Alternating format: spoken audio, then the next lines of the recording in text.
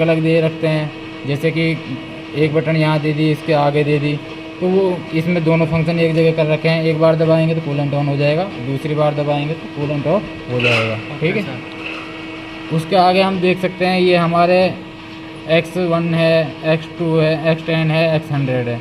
इसमें क्या होता है, जैसे हम मशीन को हम चलाते हैं, जैसे ही देख पा रहे हो ये X100 है, X10 है, X1 है। इसमें इसकी मशीन की जो रैपिड में जो ट्रेवल रहता है उसको कंट्रोल करते हैं।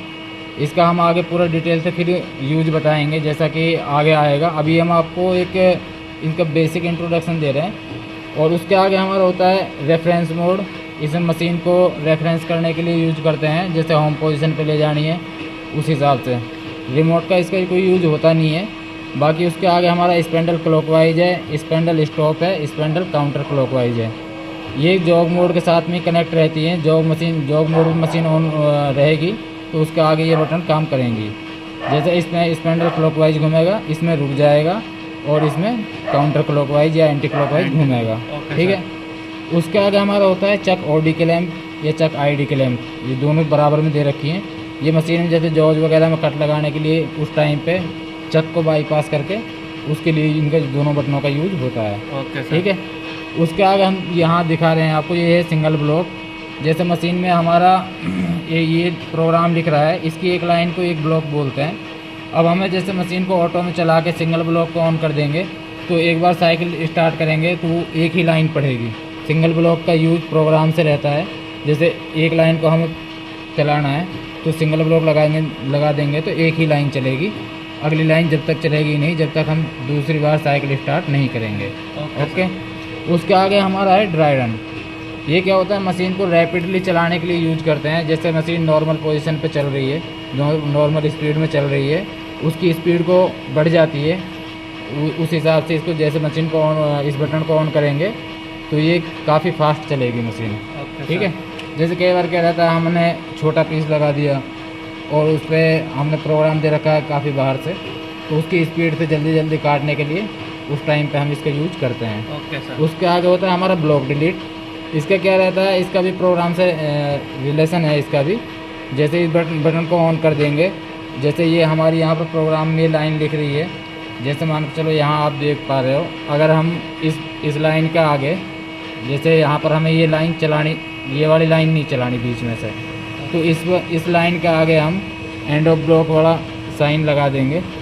ठीक है, ये वाला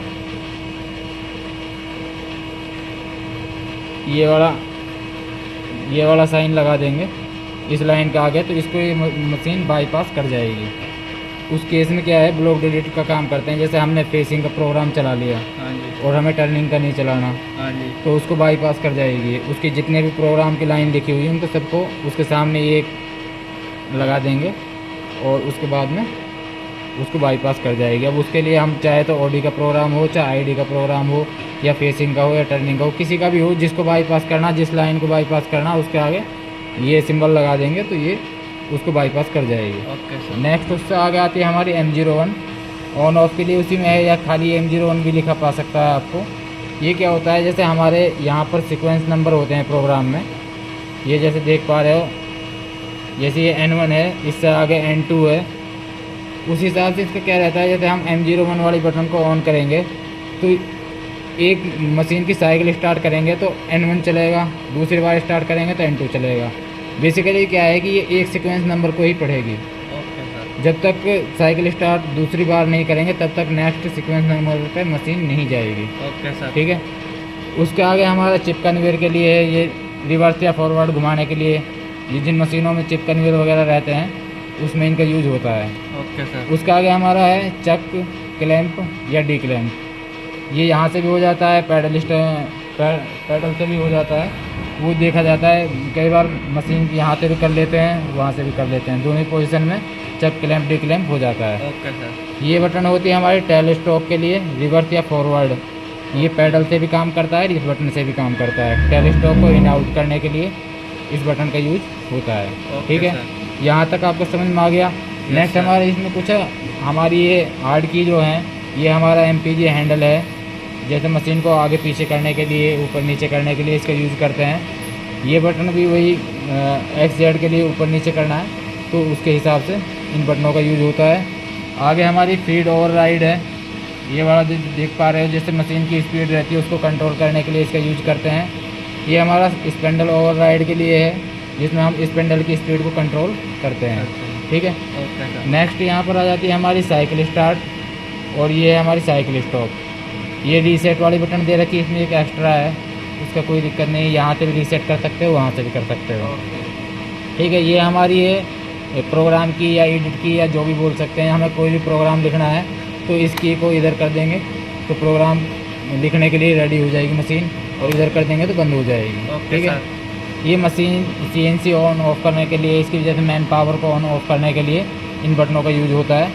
और उसके आगे हमारा कंट्रोल ऑन, मतलब एक तरह से हाइड्रोलिक मोटर को ऑन करने के लिए इस बटन का यूज होता है। आगे है हमारी इमरजेंसी, ये आपको समझ में आ ही रहा होगा। इमरजेंसी कोई भी एक्सीडेंट की कंडीशन में या मशीन को हमें रोकना है किसी भी कंडीशन में, सारा ही एकदम मशीन की पूरी लाइन को काट देती है। क्लियर? Okay sir. कोई डाउट हो तो आप कमेंट में बताएं, नेक्स्ट वीडियो के लिए इंतज़ार करें। Okay sir.